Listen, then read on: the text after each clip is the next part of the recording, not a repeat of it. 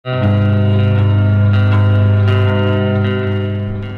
araw ng Martes, mga kaibigan, September 3, 2024, patuloy ko po kayong i-update sa lagay ng ating panahon. Pero bago po yan, huwag po munang kalimutan mag-like and subscribe at pahit po ng notification bell. Sobrang importante po niyan para lagi ko po kayong ma-notify sa lagay ng ating panahon.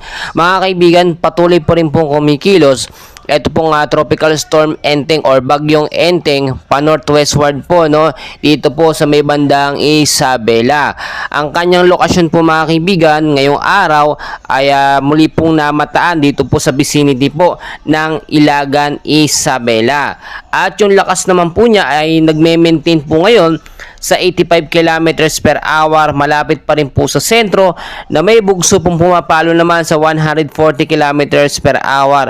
Pa-northwestward po ang kilos sa bilis po na 25 kilometers per hour. So mga kaibigan, meron pa rin po tayong banta ng storm signal wind, signal number 2 sa ilang bahagi po ng ating bansa, no? May nakataas pa rin po na storm signal number 1 sa ilang bahagi din ng Luzon. Pero ang ilang bahagi naman ng ating bansa, no, ay yung nalagpasan na po ni bagyong Enteng, may pasok na po sa ilang bahagi. So isa-isahin po natin, mga kaibigan, yung mga lugar po na apektado ngayon dahil nagkakaroon po tayo ng iba't ibang mga update depende po sa kilos or direction po nitong si bagyong Enteng. Mga kaibigan, unahin na po natin dito, no. Ito pong signal number 2. Ito po area pa rin po ng Luzon, mga kaibigan, sa Ilocos Norte, Apayao, Kalinga at northern portion po ng Abra ay signal number 2 pa rin po dyan. Patuloy pa rin po makakaranas ng maulap na kalangitan. Meron po mga isolated light rains and to heavy rainfall pagdating sa gabi dahil po yan dito nga po sa banta ni bagyong Enteng. Kasama rin po, mga kaibigan, ng Cagayan, Babuyan Island, Isabela at northern portion po ng Quirino. Patuloy din po makakaranas siya ng malawakang pag-ulan. Asahan po ang posibleng pagbaba sa mababang lugar, no, sa aking mga lugar na nabanggit, at landslide naman po sa mga landslide prone area. Asahan po, mga kaibigan, na ang hangin po sa lugar na yan, yung storm signal number 2, ay posibleng lumakas po from 39 to 61 kilometers per hour. So maging handa po tayo sa banta pa rin po nitong si bagyong Enteng, mga kaibigan. Kung hindi naman kayo importante yung mga lakad sa hapon sa gabi, mas maganda sa bahay na lamang po tayo manatili para iwas din po sa disgrasya at abala. So ito naman pong signal number 1, nagbago po yung mga lugar na apektado.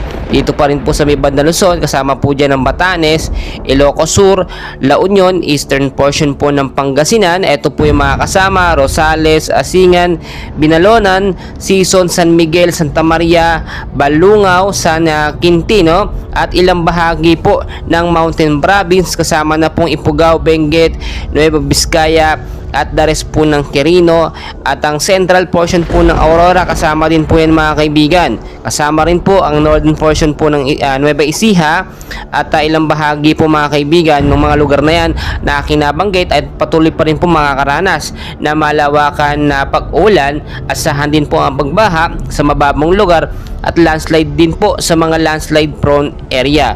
Mga kaibigan, patuloy pa rin tayo makakaranas ng pag-uulan. Ito po yung mga lugar na aking sasabihin. Posibleng makakaranas po ng heavy to intense rain na meron pong 100 to 200 millimeters po na pag-ulan.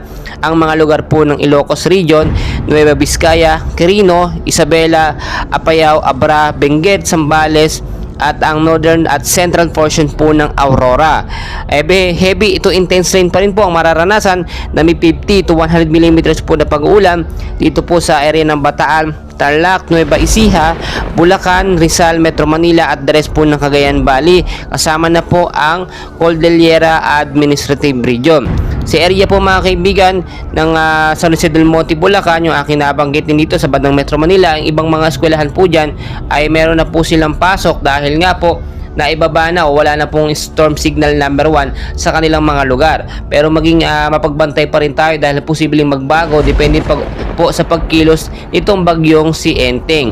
So mga kaibigan, kasama din po ang Ilocos Sur at Abra na makakaranas ng heavy to intense rain na may 100 to 200 mm po na pag-uulan.